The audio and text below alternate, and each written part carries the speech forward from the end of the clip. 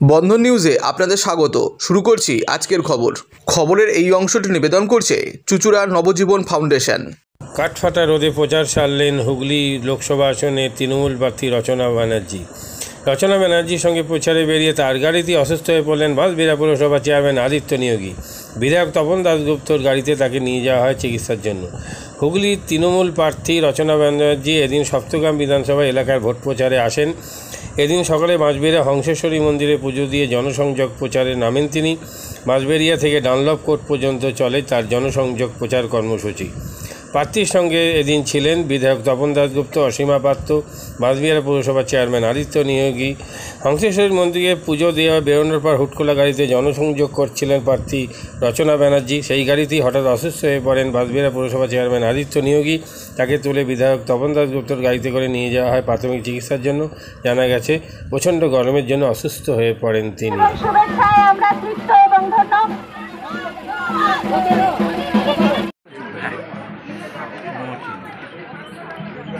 জায়গায় ঘুরছেন, আজকে বাঁশবেড়িয়ার হংসেশ্বরী মন্দিরে পুজো দিলেন, তারপর প্রচার শুরু করবেন, কি বলবেন? মন্দিরে ভালো পুজো হলো, এবার প্রচার শুরু হবে। আশা করি দিনটা ভালো কাটবে সবার সাথে। কেমন লাগছে হুগলির? ভালো লাগছে, ভীষণ ভালো লাগছে, পরিবেশ, মানুষ সব কিছু। এত গরম জায়গা ঘুরলেন, কি মানে আওয়াজ পাচ্ছেন, কি মনে হচ্ছে? সকল থেকে তো খুব পজিটিভ ভাইবসই পাচ্ছি, সবাই ভীষণ আশাবাদী এবং আমি নিজেও ভীষণ আশাবাদী। দেখা যাক তারপরে কি হয়।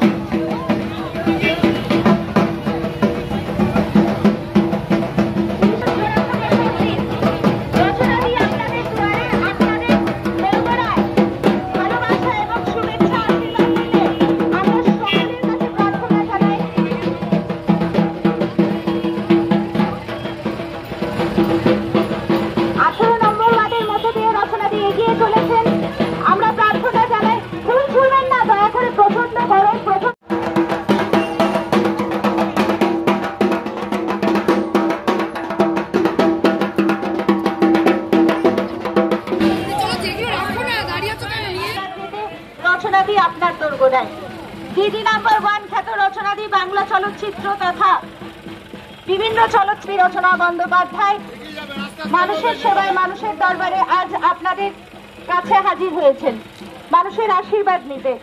তাই আসন্ন লোকসভা নির্বাচনে আমরা আবেদন জানাই তৃণমূল কংগ্রেস পরিবার বর্গের পক্ষ থেকে রচনাদিকে ঘাসের উপর জোড়া ফুলে ভোট দিয়ে বিপুল ভোটে জয়ী করুন।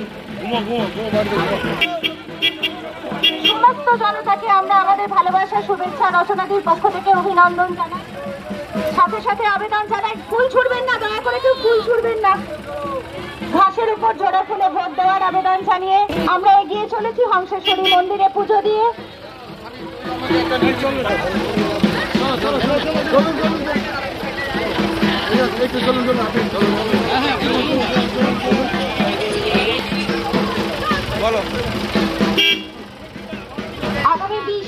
সেদিন ঘাসের উপর জোড়া খুলে ভোট দিন।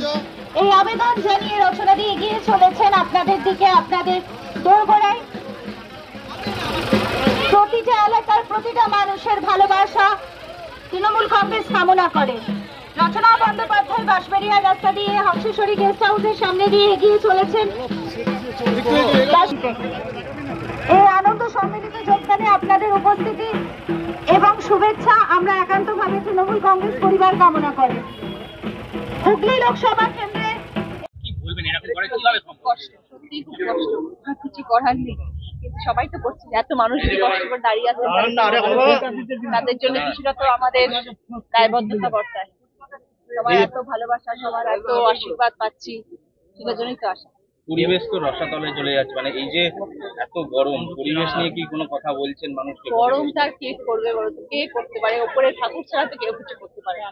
মানে গরম কে রোধ করতে পারে? উপরওয়ালা ভগবান ছাড়া আর কেউ। তাড়াতাড়ি একটু বৃষ্টি আমরা মানুষরা চেষ্টা করলেই আমরা চেষ্টা করলে গাছ বসাতে পারি। আমাদের আরো সবুজায়ন বৃদ্ধি হওয়া উচিত। আমাদের যত সবুজ হবে, যত গাছপালা হবে, তত গরম কমবে। এটা যত তাড়াতাড়ি মানুষ বুঝবে তত তাড়াতাড়ি সবার ভালো, সেটাতেই হবে। আপনারা কি চেষ্টা করবেন মানুষকে বোঝাতে? বলবেন নিশ্চয়ই চেষ্টা করবো। ওটার জন্যই আমি সেই বক্তৃতাটা দিয়েছিলাম, যেটা নিয়ে এত ভাইরাল, যেটা নিয়ে এত মানুষ মিন করলেন।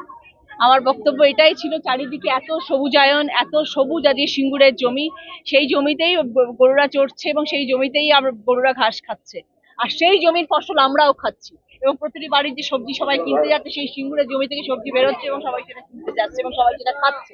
সেটাই আমার মূল বক্তব্য ছিল। তাই হোক, সেটা নিয়ে যাদের যেটা বলার সেটা বক্তব্য, সেই বক্তব্যতে আমার কিছু যায় আসে না। কিন্তু আমার মন থেকে আমি যেটা মনে করি সেটাই আমি বলি, এবং সেটা আজকেও আমি বলছি। সবুজায়ন দরকার, পৃথিবীকে বাঁচিয়ে রাখার জন্য সবুজ দরকার, ঘাস দরকার, গাছ দরকার, সবকিছু দরকার, নাহলে মানুষ মৃত্যু অবধারিত।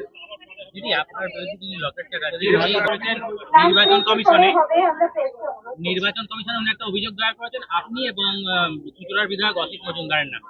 কি আমার নামে আবার কি বলবো? একটা ছবি তিনি দেখিয়েছেন, সেখানে একজন সমাজ বিরোধী, তিনি একজন। দেখুন, আমি তো রাজনীতিতে নতুন এসেছি, আমার তো এখন এগুলো জানার কথা নয় যে আমার পেছনে কারা দাঁড়িয়ে আছেন, কে কোন জায়গা থেকে আসছেন, সেটা আমার জানার কথা নয়। আমাকে দিদি দাঁড় করিয়েছেন প্রচারে, দিদি আমাকে হুগলি জেলার জন্য পাঠিয়েছেন। আমার কাজ হচ্ছে মানুষের সেবা করা, আমার কাজ হচ্ছে মানুষের পাশে দাঁড়ানো, আমার কাজ হচ্ছে মানুষের সাথে কথা বলা, মানুষের দুঃখ কষ্ট বোঝা। এখন আমি প্রচার করছি, যখন আমার ওপরে সেই দায়টা আসবে, সেই জায়গাটা আমি পৌঁছবো, তখন মানুষের সঙ্গে কথা বলবো, মানুষের কাছে গিয়ে পৌঁছবো। কে পেছনে দাঁড়াচ্ছে, কার কি ব্যাকগ্রাউন্ড, কে কোন বিরোধী নেতা, সে কি কাজ করছে, সে তার পিছনে তার কি ব্যাকগ্রাউন্ড, এতগুলো জানার সময় আমার এখন আসেনি। সেগুলো ধীরে ধীরে সবকিছু নিশ্চয়ই আসবে, এবং তখন তার জন্য দিদি নিশ্চয়ই, আর আমি কে, দিদি আছেন, আমাদের জননেত্রী আছেন, তিনি তার ব্যবস্থা করবেন, সবার ব্যবস্থা করবে যদি কেউ দোষারোপ প্রমাণিত হয়। লকেট এবং অসিত মজুমদার একে অপরের দিকে কটূক্তি মন্তব্য দুজনেই করে। দেখুন, এটা তো ইন্ডিভিজুয়াল মানুষের, কিন্তু আমাদের দলের তরফ থেকে কিছু নয়। না দিদি কিছু বলেছেন, না অভিষেক বন্দ্যোপাধ্যায় কিছু বলেছেন, না আমি প্রার্থী কিছু বলছি। এটা দলের মধ্যে নয়, এটা ইন্ডিভিজুয়াল একজন মানুষ অপর মানুষকে বলছে, সেটা তাদের মধ্যে ছেড়ে দিন, তারাই এটাকে মীমাংসা করবে।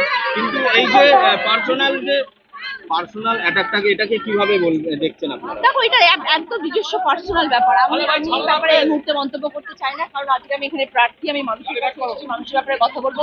এটার মধ্যে দলের কোনো ব্যাপার নেই। এটার মধ্যে অসিতদা কি বলছেন, লকেট কি বলছে, তাদের ভেতরে কি গন্ডগোল হয়েছে, এটা আমার মনে হয় তারা মিটিয়ে নেওয়াটা অনেক বেশি বুদ্ধিমানের কাজ। Thank you. মাদকাসক্ত যুবকদের জীবনের মূল স্রোতে ফিরিয়ে আনছে চুঁচুড়া নবজীবন ফাউন্ডেশন। আজ থেকে 7 বছর আগে পথ চলা শুরু হয়েছিল এই সংস্থার। হুগলি জেলা থেকে শুরু হয়েছিল নবজীবন ফাউন্ডেশনের কাজ। আজ গোটা উত্তর পূর্ব ভারতে ছড়িয়ে পড়েছে তার ব্যাপ্তি। জেলা ও রাজ্যের হাজার হাজার মাদকাসক্ত যুবকদের মানসিক ও শারীরিক চিকিৎসার মধ্যে দিয়ে সুস্থ জীবনের পথে ফিরিয়ে আনছে নবজীবন ফাউন্ডেশন। কী করে এই সংস্থাকে তিল তিল করে গড়ে তুলছেন বন্ধন নিউজ এর ক্যামেরার সামনে, সে কথা বললেন সংস্থার কর্ণধার চন্দন দাস। দেখি ওটার মধ্যে কি আছে, বা পাড়ার বড় দাদারা করছে, আমিও একটুখানি করি, ফিলিংসটা কি সেটা দেখতে যাই। এবং একটা সার্টেন টাইমের পর কি হয়, সেটা ফ্রিকোয়েন্সিটা তখন অনেক বেশি থাকে, গ্যাপ থাকে যখন শুরু করে, পরবর্তীকালে যখন নির্ভরশীল হয়ে পড়ে সেই একটা সাবস্টেন্সের উপর, তখন সেটা থেকে বেরোনোর জন্য সে নানা রকম চেষ্টা করে, কিন্তু তার ওয়ে আউটটা জানা নেই যে কোন রাস্তা দিয়ে গেলে নেশা থেকেও বিরত থেকে সুস্থ স্বাভাবিক জীবনযাপন করা যায়। তো আমি ভাবলাম যে শুধুমাত্র আমি সুস্থ স্বাভাবিক জীবনযাপন করলাম, আমার জীবনের সার্বিক উন্নতি হলো, বা আমার যেসব এম বা আমি জীবনে যে জিনিসগুলো করতে পারিনি সেগুলো আমি ফুলফিল করলাম, তাহলে তো শুধু আমার কথাই ভাবা হলো। তাহলে আমি এরকম কিছু কাজ করি যাতে আমার মতো আরও 5 জন আমার দ্বারা উপকৃত হয়, এবং একটা সার্টেন টাইমের পর যখন মানুষ চায় যে ফিরতে, অথচ তার কাছে রাস্তা থাকে না, তখন এই একটা WHO ওয়ার্ল্ড হেলথ অর্গানাইজেশন একটা প্রসিডিওর বার করেছে। গরম পানীয়র জন্য বিশ্বমানের flask, micro oven, mixer grinder, induction সহ আধুনিক রান্নাঘরের সামগ্রী উৎপাদন সারা বিশ্বে আলোড়ন সৃষ্টি করেছে বড়সিল। পাশাপাশি বিশ্বমানের সোলার গ্লাস, যা সোলার সিস্টেমের অন্যতম সামগ্রী তৈরি করে, সারা বিশ্বে নজির গড়েছে বড়সিল। দেশের বাজারে পাশাপাশি বিশ্ববাজারেও সব প্রতিযোগী কোম্পানিকে পিছনে ফেলে এগিয়ে চলেছে ভারতের বড়সিল। রাজস্থানের বড়সিল কারখানায় 1200 মহিলার কর্মসংস্থান হয়েছে। প্রতিদিন রাজস্থানের প্রত্যন্ত গ্রাম থেকে ওই মহিলাদের গাড়ি করে কারখানায় নিয়ে আসে কারখানা কর্তৃপক্ষ। তারা বড়সিলের বিশ্বমানের প্লেটের ডিজাইনে কাজ করে। দিনের শেষে তাদের গাড়ি করে বাড়ি ফিরিয়ে দেয় কারখানা কর্তৃপক্ষ। কর্মসংস্থানের এই বেনজির দৃষ্টান্তের জন্য বড়সিল কোম্পানিকে কুর্নিশ জানায় ভারতবাসী।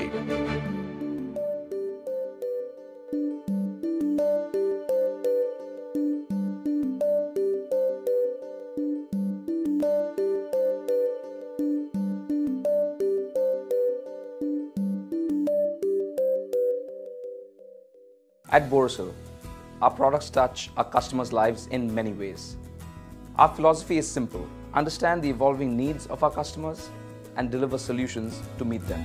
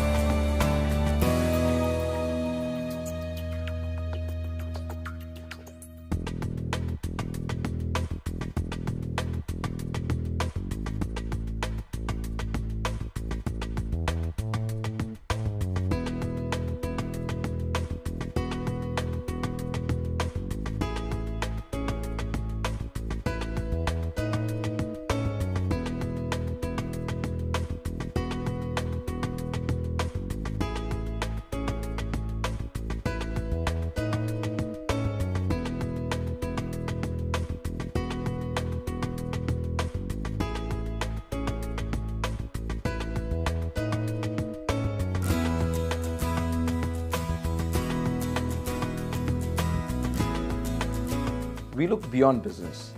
We promote green energy as well as provide healthcare and education for the underprivileged. In fact, this has been our heritage at Borosil.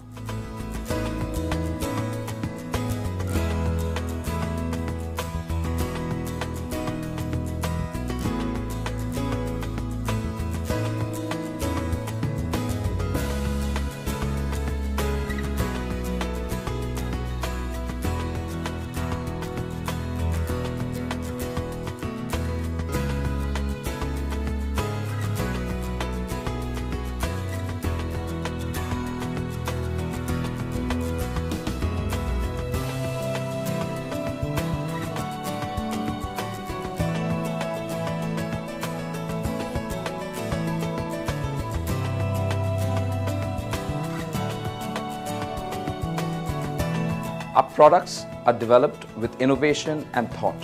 It is technology emboldened by the human spirit.